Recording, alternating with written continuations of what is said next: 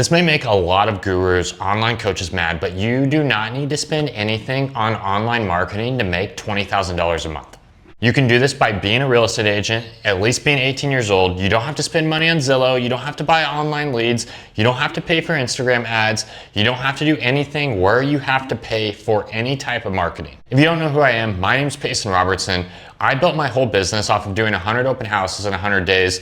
That made me $350,000 in commissions in 6 months. I've used that to now build a team of 35 plus agents that's going to do over 300 transactions this year at just the age of 25. It was literally just me showing up for open houses every day, having conversations, using my iPhone to record stuff to Instagram, just posting stuff on stories. It wasn't super fancy. It was just ugly, raw posting, and just using what I had with the open houses every single day to grow. Here's the cool part. I literally went from not making a single dollar for over 6 months on real estate, started doing the open houses. It literally blew up my business, turned me into where all of a sudden I had a few $100,000 sitting in my bank account, used that to build the team. 3 years later, literally from 3 years, it just came up just this month. I went from not having any money in my bank account, literally having less than $2,000, to where now I run a massive team. I have my own office, I have my own staff. My wife is a stay-at-home mom. I pay for all the bills, all just through me, which is the coolest feeling ever. I have a kid on the way,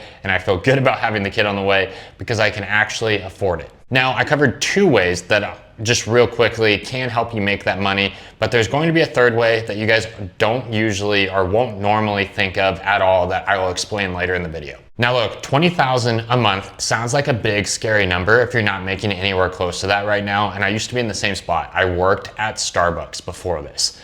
Here's the cool thing.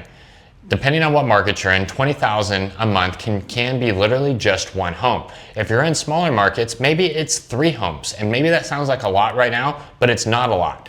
3 homes, $7,500 a month, and you're right at that $20,000 a month in income. Now, 3 deals a month means having enough conversations to where 3 deals are converting at any given time. This whole video is going to break down exactly how you should be doing that, so that way you're not spending any money on anything. You can do this absolutely for free. Part 1 of 3 is open houses. I did 100 open houses in 100 days, and I did this when I absolutely had no money. I was literally on my last leg. I was applying for other jobs. Like, it was literally like okay, if this doesn't work, I don't know what's going to work. Did the 100 open houses in 100 days. That gave me 15 transactions during that 100 days and about $150,000 in commissions. That was life-changing in itself. I continued to do it across the rest of the 3 other months, and that is what ended up getting me to over $350,000 in commissions in just 6 months. The reason why I did open houses over anything else is 1, it doesn't cost you anything but your time and just gas to get over there. 2, it is the only way in our business as a real estate agent where people are literally walking into you saying, hey, I want to buy a house. It's kind of like when you walk into a car dealership and buy a car. Those car salesmen really don't have to do anything for you to get there. They just show up for work, you walk into them, then people buy a car. It's the same with an open house. People show up to you, you just have to get to know them, have a good conversation with them, find a way to get their phone number, and then take them on showings or help them in whatever way's next. The mistake most agents make is they're gonna say, hey, welcome into the open house. It's a 3-bedroom, 2-bath. Go ahead and take a look around. Let me know what you think. And they just use it as a way to sign up and say, hey, I did an open house this weekend, but it didn't really bring me anything. And I collected a few numbers on the sign-in sheet, but no one ever actually responded to me. And it's like, yeah, no wonder why, because you didn't actually build rapport with these people. You just said, hey, go ahead and take a look around, let me know what you think. And then maybe you tried hard selling them on that house. And the whole goal is not to sell them on the house. They will find the right house for them when they walk into it. They'll know instantly. But if you're a real estate agent right now and you've sat at least more than 10 open houses, you know people don't just walk into an open house and buy that exact house. So I just want to make it clear, the open house is not the finish line. The open house is just them literally walking through the front door to start the conversation. Every person walking in either is renting right now and is planning to buy a home, or owns a current home, which is another transaction, and then will be buying a new home, or they know someone else that may be buying a home. If you just have enough conversations, think about how likely it is that you will actually meet someone that is wanting to do something right now. When I got told about this, I was told, hey, if you sit 30 open houses in 30 days, how would you not meet at least one buyer that wants to buy a home and get something closed? And when I heard that, I was like, oh, well, yeah, the math on that makes total sense. No wonder why they're saying that that works. And guess what? It really worked. Source number 2 is going to be your sphere and database. Now, this may be a mix of those open house leads that you met. Maybe this is a mix of friends and family in your contact number. Maybe this is a mix of anyone that follows you on Instagram, YouTube, TikTok, anywhere else that you have a following. That's your database. One of the best things that you could be doing is just staying in touch with your database, doing things with the community that involves those people. That's where posting to Instagram, posting to TikTok, posting to YouTube, and making sure you have all your friends and family, but then also having all these leads that you're probably collecting through open houses on social media, because a lot of these people, I'm sure as you guys know, may not respond to you right away. That's okay. They will respond and they will see your stuff, and then they're gonna say, hey, Peyson seems like he's selling a lot of houses. Peyson seems really busy. He must be the agent that we should work with if we wanna buy or sell a home in this area. And trust me, that is literally the conversation every time. If you stay in front of these people, reaching out to them, providing value, sending them houses that match their home search, if you have their phone number. If not, it's you posting to Instagram or posting to Facebook or posting to TikTok and showing the behind the scenes. Why aren't you showing them when you're sitting in an open house? Hey, sitting in an open house today, this is what the house looks like. People reach out because of that. If you're showing, hey, writing an offer. Hey, I'm on showings today. I'm meeting a seller today. I'm in training today and I'm getting, better at my craft and I'm learning how to best serve my clients. All these different things are going to remind people, oh wow, Peyson's really busy. And the whole reason why you want people to know this is, the whole reason why you want to do this is because every person probably knows 5+ real estate agents. How many other real estate agents are regularly posting about what they're doing on their day-to-day as a business? Probably almost none of them, if not realistically, none of them. You can be the brand new agent that pops in and within your first 3 months, people say, wow, you're really busy. I don't know any other real estate agents like you that are actually doing something consistently on a day-to-day basis. This over time will turn into a bunch of hand raisers and make your follow-up from the open houses where the people aren't ready to maybe go just yet, turn into a buyer or seller in the future. The third thing is using something like the 100-point week to track what you're doing on a weekly basis.